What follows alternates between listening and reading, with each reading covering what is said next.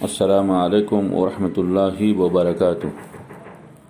الحمدللہ رب العالمین والصلاة والسلام علی امام الانبیاء والمرسلین۔ آج ہم مختصر سی بات کریں گے 5 نمازوں کے اوقات میں اللہ کی جو قدرت ہے اور ہمارا جو فائدہ ہے۔ سب سے پہلی بات، فجر کی نماز جب انسان پڑھتا ہے تو اس کا معدہ خالی رہتا ہے، اس لیے نیکیوں سے بھرپور مگر بالکل ہلکی پھلکی ورزش کی طرح صرف 4 رکعت نماز ہے۔ 2 رکعت سنت مؤکدہ ہے اور 2 فرض ہے۔ ظہر کی نماز چونکہ عموماً دوپہر کا کھانا کھانے کے بعد پڑھتے ہیں، اس لیے 12 رکعت ہے تاکہ ہاضمے میں ممد و مامن ثابت ہو سکے۔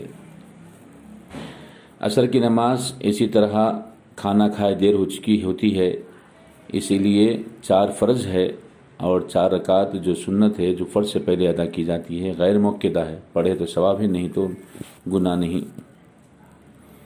پھر مغرب کی نماز عام طور پر رمضان کے دنوں میں کچھ کھائے ہوئے ہوتے ہیں، ورنہ عام طور پہ نہیں کھائے ہوتے ہیں، اسی لیے 7 رکعت ہے۔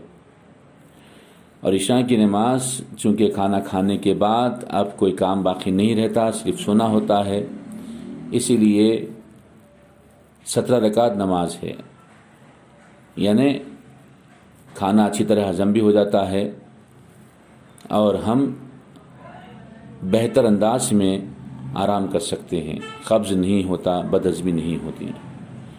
غور کیجیے گا، اللہ تبارک و تعالیٰ نے ہمارے فائدے کے لیے جو سسٹم بنایا ہے، وہ سسٹم سے ہم دور ہو کر بیماریوں کا شکار ہو رہے ہیں۔ راتوں میں دیر سے کھاتے ہیں، دعوتوں میں جاتے ہیں، پھر اس کے بعد ہمارے پیٹ کا ڈس آرڈر ہونا بالکل فطری بات ہے۔ اللہ تعالیٰ سے دعا ہے کہ اللہ تعالیٰ ہم سبوں کو صحیح اسلامی اعتبار سے وقت پر کھانے والا بنائے۔ وما علینا الا البلاغ۔